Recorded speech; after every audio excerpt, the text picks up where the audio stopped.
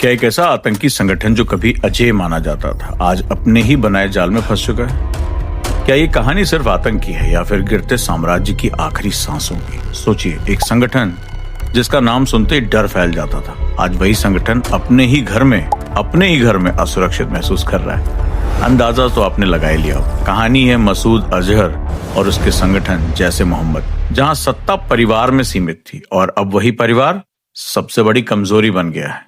जैश ए मोहम्मद एक ऐसा नाम जो देवबंदी जिहादवाद की सोच से पैदा हुआ, जिसका साफ मकसद था जम्मू कश्मीर को भारत से अलग करना। लेकिन कहानी यहां पलटती है जब भारत ने अपनी रणनीति बदली, यानी वो रिएक्टिव से प्रोएक्टिव हो गया। जब अजीत डोवाल साहब सरफेस पे आते और कहते हैं कि अब हम ऑफेंसिव डिफेंस की तरफ जाएंगे, यानी अगर हमें घूरोगे तो हम तुम्हारी आंखों में सुरमा नहीं लगाएंगे, हम आंखें ही निकाल लेंगे और आपको हम यहां तक नहीं आने देंगे। आप जब मंसूबे पालोगे हम आपकी होम डिलीवरी करा देंगे, टेंशन नहीं लेना है। अभी सवाल है कि सिर्फ ऑपरेशन है या पूरे संगठन को हिला देने की पूरी कवायद? तो दोस्तों, ऑपरेशन की शुरुआत होती है ऑपरेशन सिंदूर से 7 मई 2025, एक तारीख जिसने जैश की नींव हिला दी। जो लगता था कि पाकिस्तान में अजय है, आईएसआई संरक्षण दे रहा है, कोई उसका कुछ नहीं बिगाड़ सकता। भारत ज्यादा से ज्यादा क्या कर लेगा? डिजायर देगा, यूनाइटेड नेशन में गिड़ाएगा, अमेरिका से कहेगा। बदल गया भारत। अब यहाँ अजीत डोवाल जैसे लोग भी हैं। भारतीय वायुसेना 24 प्रिसीजन मिसाइल्स निकलती हैं भारत से और निशाने पर जैश के 9 सबसे बड़े ठिकाने।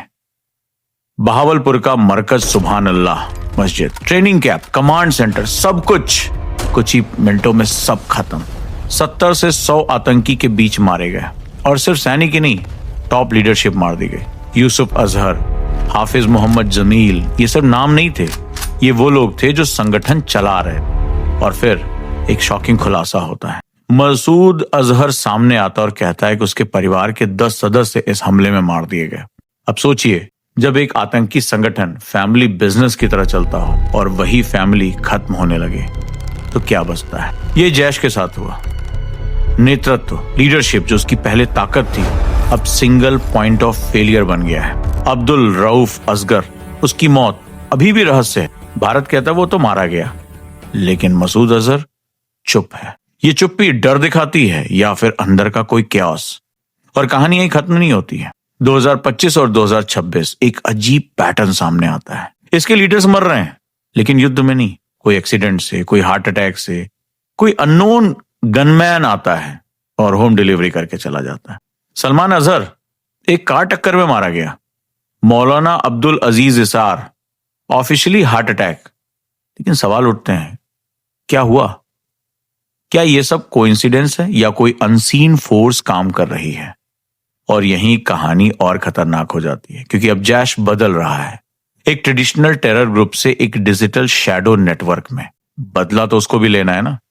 अब बंदूक से ज्यादा मोबाइल फोन काम आ रहा है। इजी पैसा, साडा पे, डिजिटल वॉलेट के जरिए फंडिंग हो रही है। हर साल एक एस्टिमेशन कहता है कि 800 से 900 मिलियन पाकिस्तानी रुपया जो है बिना ट्रेस हुए इस काम के लिए लग रहा है। और ये सिर्फ पैसा नहीं है, ये भारत के खिलाफ फ्यूचर वॉरफेयर है। लेकिन अब आ जाते हैं सबसे शॉकिंग ट्विस्ट पे। महिलाओं की एंट्री। जमातुल मोमिनात, एक वुमेन ब्रिगेड, और नेतृत्व कौन कर रहा है? मसूद अजहर की अपनी खुद की बहन। एक अलग तरह का गेम। ऑनलाइन कोर्सेज चल रहे हैं, 40-40 मिनट की क्लासेस चल रही हैं, डोनेशन दिए जा रहे हैं क्लासेस करने वाले को, और फिर ब्रेन वॉशिंग।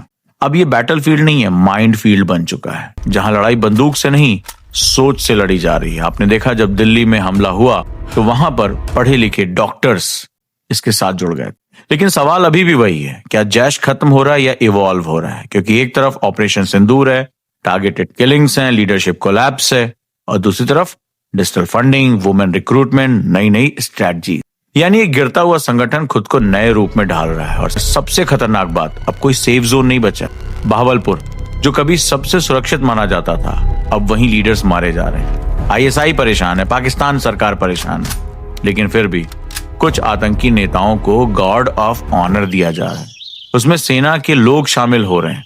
ये क्या दिखाता है? ये कहता है कि स्टेट और टेरर के बीच में एक गहरा कनेक्शन है। मसूद अजहर कहता है नो रिग्रेट, नो डिस्पेयर। लेकिन क्या ये सच है या सिर्फ मोरल को बचाने की कोशिश है? क्योंकि ग्राउंड रियलिटी कुछ और कहती है। एक संगठन जिसका ढांचा टूट चुका है, नेतृत्व तो खत्म हो रहा है और भरोसा भी, लेकिन फिर भी वो खत्म नहीं हुआ, क्योंकि अब वो इनविजिबल हो गया, दिखाई नहीं पड़ रहा है, डिजिटल हो गया है, डिसेंट्रलाइज हो गया और अनप्रेडिक्टेबल हो गया है। तो अब असली सवाल क्या है? क्या हमने जैश को हरा दिया या हमने उसे और खतरनाक बना दिया? क्या फ्यूचर का आतंक गन से नहीं स्मार्टफोन से आएगा? और अगर ऐसा है तो क्या हम तैयार हैं उस अनसीन वॉरफेयर के लिए? सोचिए, बिल्कुल सोचिए, क्योंकि ये कहानी अभी खत्म नहीं हुई है, ये सिर्फ अपना रंग रूप बदल रही है। तो आप क्या सोचते हैं कि ऑपरेशन सिंदूर जीत थी या एक नए और खतरनाक चैप्टर की शुरुआत? कमेंट में जरूर बताइए। अगर आपको एनालिसिस पसंद आए तो सब्सक्राइब करिए, मुझे इंस्टाग्राम पर फॉलो करें उजांग सर के नाम से। ऐसे डीप और शॉकिंग कंटेंट के लिए मैं लगातार आपके सामने प्रस्तुत होता रहूंगा। धन्यवाद।